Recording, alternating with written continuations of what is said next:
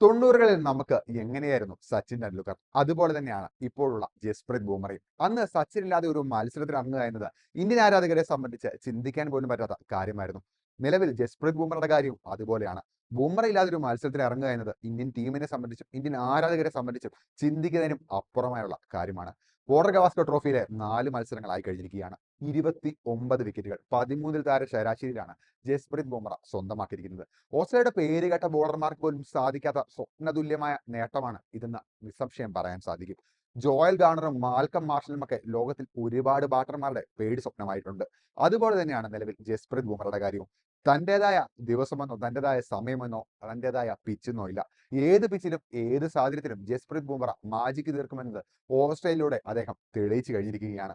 ഏറ്റവും വേഗത്തിൽ 200 വിക്കറ്റുകൾ സ്വന്തമാക്കുന്ന ഇന്ത്യൻ പേസർ എന്ന റെക്കോർഡ് ഈ മത്സരത്തോടെ ജസ്പ്രീത് ബൂമറ സ്വന്തമാക്കി. അതുപോലെ തന്നെ ഏറ്റവും കുറഞ്ഞ പന്തുകളിൽ 200 വിക്കറ്റ് എന്ന സ്വപ്നതുല്യമായ നേട്ടത്തിലേക്ക് എത്തുന്ന ബോളറും ജസ്പ്രീത് ബൂമറ തന്നെയാണ്. ഇതുകൂടാതെ മറ്റൊരു കണക്ക് പുറത്തു വന്നിരിക്കുകയാണ്. സാക്ഷാൽ ജോയൽ ഗാർണറും മാൽക്കം മാർഷലും ഒക്കെ 20ന് മുകളിൽ ശരാശരി കീപ്പ് ചെയ്തിരുന്നെങ്കിൽ ജസ്പ്രീത് ബൂമറുടെ ശരാശരി 19 മാത്രമാണ്. അതായത് ലോകത്തിൽ നിലവിൽ ഒരു ബോളർക്ക് പോലും ചിന്തിക്കാൻ പറ്റാത്ത കണക്കെന്ന് നിസ്സംശയം പറയാൻ സാധിക്കും. ബൂമറയുടെ മാജിക്ക് തുടരട്ടെ. ആ മാജിക്കിൽ ഇന്ത്യൻ ആരാധകർ ഒരുപാട് പ്രതീക്ഷിക്കുന്നുണ്ട്.